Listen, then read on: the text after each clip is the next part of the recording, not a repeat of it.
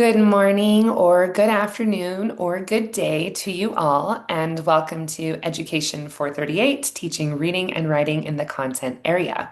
This is our week 4 overview. It's going to be a nice, quick, short overview video that follows kind of the trajectory that my previous videos have followed. The difference is there's no mini lecture in this one, just because we have a required Zoom meeting this week, and any content that I need to deliver in lecture form, I will do then. So let's just jump right in, everyone. This video will cover a recap of our topics from week 3. It will look at our week 4 topics and learning objectives, as well as essential questions for the week. I will go over your week 4 reading videos and assignments. You are going to have another pod post, your second pod post coming up this week, and it's a little bit different, so I'm going to go over it with you all. And then reminders, as always. So, week 3 was a busy week for us. We responded to our pod group members' posts as well as completed our first reflection. So, the topics that we went over this past week were, of course, all the linguistics. We talked a lot about functions and features of academic language in the classroom. I know many of you brought those up in the reflections that I've had a chance to glance over so far. We also looked at the Common Core state standards. We looked at an overview of them, and I also had you watch some content that pointed out the positives and the drawbacks of those as well. I did a mini lecture on the differences and similarities between content and disciplinary literacy. So hopefully you feel like you have a slightly greater grasp on those. And then we had some content that gave us some deeper dives into backwards design and UDL. These are two topics that a lot of you have continued to mention in both your pod group posts and in your reflections. And honestly, this is going to become so important in the upcoming weeks as we move towards our first stage of creating a unit plan that falls under the framework of universal design for learning. So as always, I like to share a few of my own takeaways with you all from the previous week. A huge takeaway from week 3 for me was the crossover of academic thinking, right? So the types of academic thinking used in a given subject are not always limited to that subject. In higher ed, in careers, we don't use isolated skills. Instead, we're informed by a multitude of skills that we've gained across our work in different contents. I'm always really interested in how the Common Core state standards approach text complexity.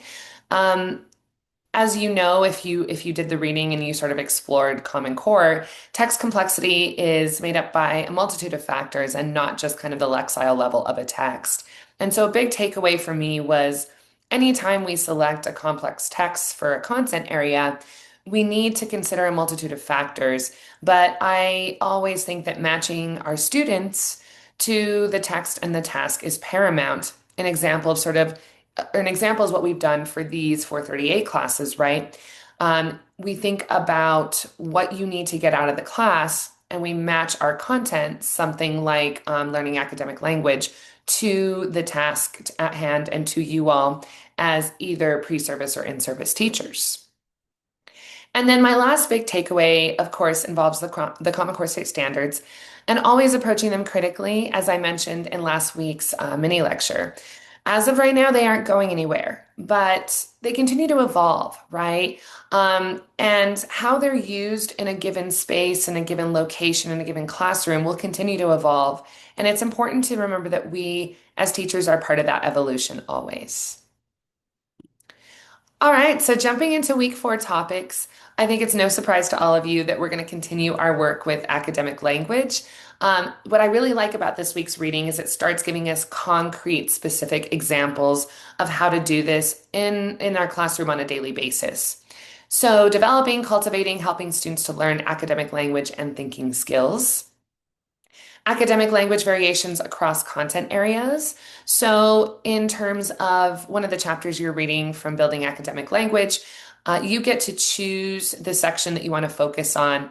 And we have so many art education students this semester that I wish there was one for that too. But you can also kind of choose, you can read through all of them or choose a humanities-based one and think about maybe how you might approach it. So from there, there is a reading under this week's module that looks at prior knowledge versus background knowledge. What's the difference? How do we develop both? How are they connected? We're going to look at 10 strategies for building background knowledge. And then in our mini lesson kind of talk that's going to start this Wednesday on Zoom, took me a minute to remember what day it was. Um, I am going to give you some tools and strategies for crafting mini lessons, especially as they relate to building academic language or academic thinking skills. And this is, of course, because we are engaging in mini lessons, not, of course, this week, but over the next couple of weeks. So I want to give you some background knowledge, speaking of background knowledge, for that. Learning objectives. You will understand key principles of language acquisition, input, output, and negotiation through reading and annotating Chapter 3 of Building Academic Language. You will explore how scaffolding, modeling, and building habits of connection and communication are essential to students' growth in academic language and thinking skills. You will consider beneficial background knowledge activities for building academic language and skill development within your teaching discipline through engaging in the pod group activity post that I've asked you to do this week, which really focuses on honing in on particular strategies from this week's reading and content that you think will directly benefit you in the content area you're going to teach, and even in the grade level that you most ideally would like to teach. Students will choose a particular academic language or thinking skill to develop in an upcoming mini lesson through brainstorming, whole class, and small group discussion. So that last learning objective is really focused on what we're going to be doing in our required Zoom meeting on Wednesday. We're really going to be thinking about choosing a particular skill that we've read about, engaged with so far, that we want to develop, and we want to think about using a mini lesson to develop. All right, some essential questions for you to consider as you dive into this week's content and reading. How do we find the sweet spot when it comes to scaffolding? So I think all of us would agree that supporting students in their development of academic language and thinking is essential. How can we scaffold academic language and thinking development? How can we scaffold habits of communication, connection without overdoing it? And, Beers calls this linguistic enabling. And this is when we give so much support to students that they don't necessarily learn how to do it on their own, how to be independent within their continued development of these skills. So I want you to think about where that sweet spot is, right? Where's that balance between supporting the development of these skills and then giving students the independence and the freedom to continue developing them on their own? This is a super important question. What does it mean to have content knowledge versus pedagogical content knowledge? So, in my decade plus of working with student teachers and observing student teachers and mentoring student teachers, one thing I see a lot of times is that student teachers and really a lot of teachers have a ton of knowledge within their content. They're very well informed, but knowing a lot about the content doesn't directly mean that you know how to teach that content.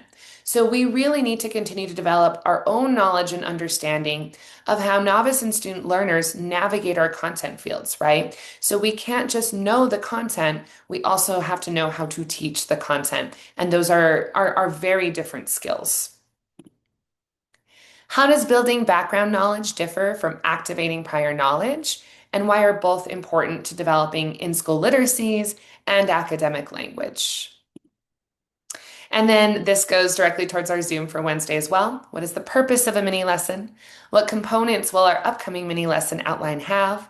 What will teaching this mini lesson look like, especially because we'll be teaching this mini lesson on Zoom to a classroom of 3 or 4 of your peers who will be kind of role playing as your students. So once again, Wednesday Zoom is so important because we're going to start talking about developing a mini lesson, developing a mini lesson outline, and thinking about what that will look like in the context of the space we're given. We're an asynchronous, synchronous class that doesn't meet very often, but when we do meet on Zoom, I want to make sure that we use our time wisely and not particularly or not always focusing on things like mini lessons and mini teaches, but carving out time to think about how we can do that and trying it out. Okay. All right. So, our last reminders before I jump into the readings for this week and the assignment is we do have a required Zoom meeting this Wednesday. I think I've said that like 3 or 4 times in this overview video. So just remember 5 to 6 this Wednesday. We are meeting because we don't meet very often in this class. Attendance is essential, you all, and you can review the syllabus if you need to, but there's a pretty strict attendance policy for these required Zooms just because we don't meet very often. And then you have a slightly more chill week this week. You have a pod group post due, obviously, next Sunday, the 14th by 11:59 p.m. So I'm going to get out of here and move into looking at our assigned readings for this week. So you are going to read the entirety of chapter 3 of Building Academic Language, and then the very start of chapter 4, 79 to 81, and then you're going to read the section that most closely applies to your content area. So if you're teaching art education, I would suggest choosing language arts or history, but you don't necessarily have to. If you're really passionate about reading about science or math, you can. Then there is a page under this week's module called How to Build Background Knowledge 10 Strategies to Try. It's a new Sella article that has, I think, some great strategies for thinking about how to build that contextual, that background knowledge in your classroom as you're trying to hone in on skills of academic language, academic thinking. And then I included what's been a really great resource for me as a high school teacher. And this is a Avid handout. Avid is a great program that looks at kind of bridging the gap in a lot of ways between students who will be first generation college students and students who have had multiple generations of families be involved in higher ed. So this academic thinking skills disciplinary STEMs handout I've included is more for you hopefully to use in the future. And I've included that PDF under this week's module as well. Our link to our required Zoom meeting is here. And then a reminder of our week 4 assignment, which is our pod group post number 2. I also have listed our upcoming textbook readings for week 5. Week 5 is really the last time we're spending very careful and designated time with the Sveers textbook, which I hope you've enjoyed and found really meaningful. So those chapters for next week are there if you need them. I'm going to go next. Here is, of course, as I mentioned, that reading on building background knowledge. So you can check out that if and when you're ready. I don't think there's necessarily, you don't need to read this before or after the building academic language textbook reading for this week. I think approach it whenever you're ready. Then, of course, we've got that PDF that I included here, as I mentioned. And then what I want to spend our last couple minutes talking about is our pod group post. So this week's post will hone in on actual strategies that I think you can use for building academic language and thinking skills. So there are 2 parts, and I want to make sure that you are well aware of all the parts here before you approach this pod post. So part 1 is surrounding building habits of communication, which is a section in the chapter, the major chapter, chapter 3, that we read in Zweers. And so what I have here is I want you to review pages 63 through 74. Zweers lists multiple strategies for building habits of communication with students.